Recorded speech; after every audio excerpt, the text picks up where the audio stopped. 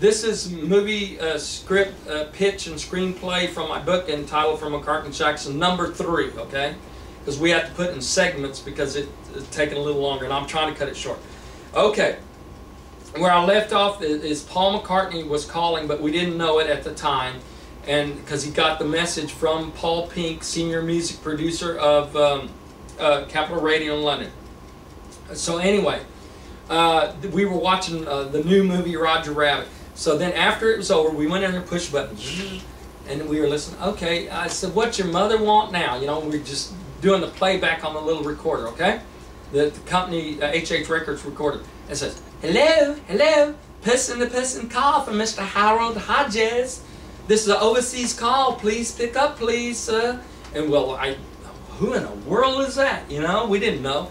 And so we're listening, and she said, "Sorry, sir, it must be too late to be calling the United States in San Antonio, Texas, where you're calling, sir. We can try again tomorrow, if you please." And so I said, "Who is this?" And we're freaked out. So I was listening. All of a sudden, she said, "Who may I tell him's calling, please?" He says, "Thank you very much for asking. This is Paul McCartney calling." And I thought, oh my God, I missed Paul McCartney's call. A chance of a lifetime. I can't believe it. So anyway, he said, "We'll try again tomorrow, if you please," and all that. So anyway, then that was at 9:45 at night, like I said. Then 3 other calls came in, and one of them I blame on my wife. She wouldn't go and tell you, oh, it's a long story. You have to read the script to find out, but she had me go somewhere else. I missed his call by 5 minutes, okay? So I missed it. It was devastating. So you imagine I was upset. But to hear the whole thing, you know, request the script and I'll tell you the rest. I got to move on because we're very short on time. Okay.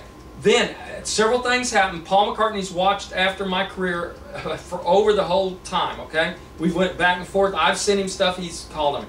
Okay.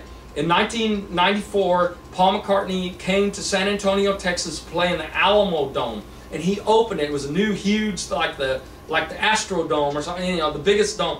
So anyway, he was there. I was there, and so we got our tickets. I went in. I asked the security guard, "Look, I know Paul's coming on in just a few minutes here. Can you please hear? I'm Harold Hodges." I gave him my company card with my information. I put on back the seats where I'm going to be at. So would you do me a big favor? Here's a package, and this got B Beatles for John, a tribute to John Lennon and George Harrison. Would you give it to him?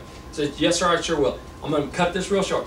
So after I go back to my seat, then I'm looking with the binoculars.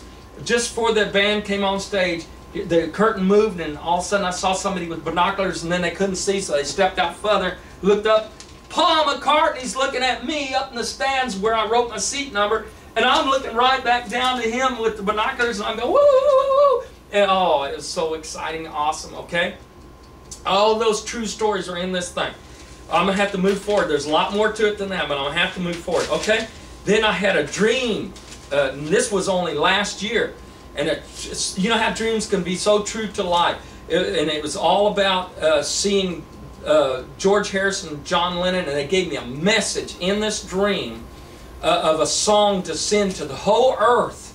And it was a plea to me, and they entrusted me with it and said, "Carry the fire torch to the whole world, and please send this message to the whole world that we're still playing and singing just like we did yesterday, and to tell them peace and love, and we remember us that way."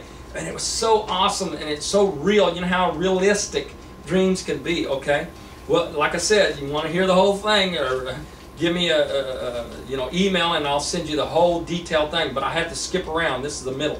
So anyway, it says, "I, Harold Hodges, am in a deep sleep, and I'm starting to walk in a foggy garden-like place, when all of a sudden I started hearing in the distance, in the fog, a beautiful piano playing, a song I've never heard before, and someone faintly singing."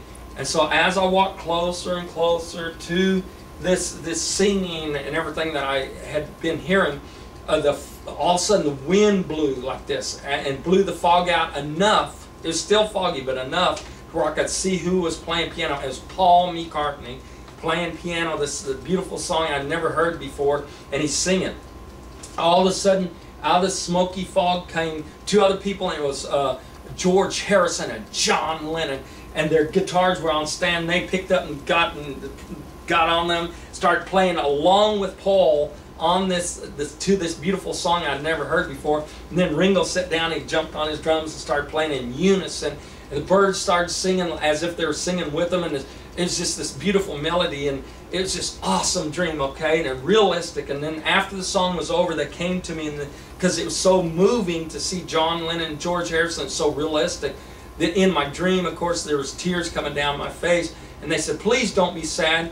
Please send this message through this new song and this dream song entitled Message from John and George from Us, and send it to the world and spread it worldwide. And please make everyone hear this. It's our message of love and peace and love from us, and please spread it around the earth today. And we're still singing and playing just like we did yesterday, and it's so awesome. So anyway, the minute I wake up from my dream, it's like, is this real or is this a dream? So I ran to my music room, and while I still freshly remembered it, I started playing and singing and got my guitar and wrote down everything, the chord arrangements and everything, and the song. And then I, of course, copyrighted, published it, and then I contacted a friend of mine that I worked with over 20 years, and he has a music studio there in LA. So we worked for over 3 months, and I put all the wind sounds and international voices in it, and stating everything, and the birds chirping in it that was singing along with Paul. All these sound effects, and I even went in the studio and played myself the sitar, because as a tribute to George Harrison, and it's in the front. And when you want to hear this song, you let me know, and I'll send you these this song, the MP3 of it, and everything. And it was awesome. Eric Clapton. You know, and there's Eric Clapton, hard guitar on the back. Oh, it's just awesome. So let me know, and I'm going to send you this too. Voices. And the international voices saying, from London today, this is Paul, this message from John and George. And then from Tokyo, there's a message from John and George. You know, all these things are in there, mixed in there. From down under, there's a message from John and George. You know, so because it's supposed to be a worldwide message going around the earth, and this is hot, and it's everything. Everything can be in this song. Like I said, I have over 167 songs and music tracks only, and I mean, it is awesome, and we can use all these in the movie, okay? So anyway, I'm going to move forward real quick. Then after this dream sequence, I woke up, and then I was back at Eric Thompson had called me. Eric Thompson called me to his office and said, Harold, never going to believe who just called me. And I said, who, Eric? He said, Sir Paul McCartney. And he's got an idea. He heard that we're making a movie for McCartney and Jackson, and he knew it's going to be a hit movie, so he said he wanted to play with you as the crescendo, the ending of the movie, with you on stage, and he's going to play with his band, and you and him are going to play at the Hollywood Bowl in California. And of course we can use, you know, for yourself and us, we can use like a Beatle tribute band to play any of the parts of the Beatles, Paul McCartney, and any of that, so the cost isn't prohibitive, you know. So anyway, and it's going to be awesome. So anyway, at the end there, Paul and I are both playing my Beatle tribute song, Message from John and George, and he tells the audience, okay, audience, he said, I want you to give a big hand to Harold Hodges, the one that wrote this, and a standing ovation, clapping and screaming. And we all played Message from John and George, my tribute song, and everything.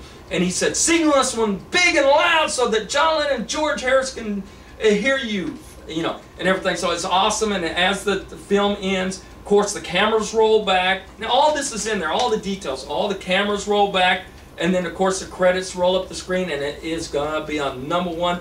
Gross $750 million or more dollars, and probably $100 million the first weekend of release.